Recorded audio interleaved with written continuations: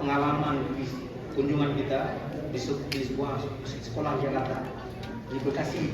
Cukup bagus sekolahnya SD SMP, tapi mereka bukan publik. Dia kita diskusi dengan pendiri Aceh, yaitu Ustadz Nazar, lalu kemudian Ketua Ikatan Alim Timur Tengah, kemudian anggota DPD RI Tengku Fadil Rahmi, Ustadz Riza, beserta para sahabat yang tak dapat saya sebutkan satu persatu. Insya Allah semuanya dimuliakan Allah Subhanahu wa Ta'ala.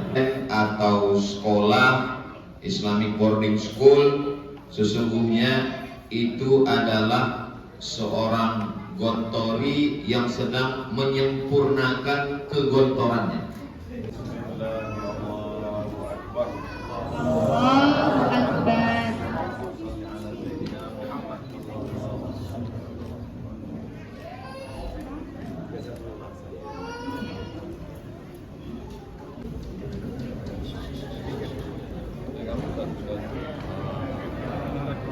Bismillah, Allahu Akbar. Allahumma shalli ala Sayyidina Muhammad.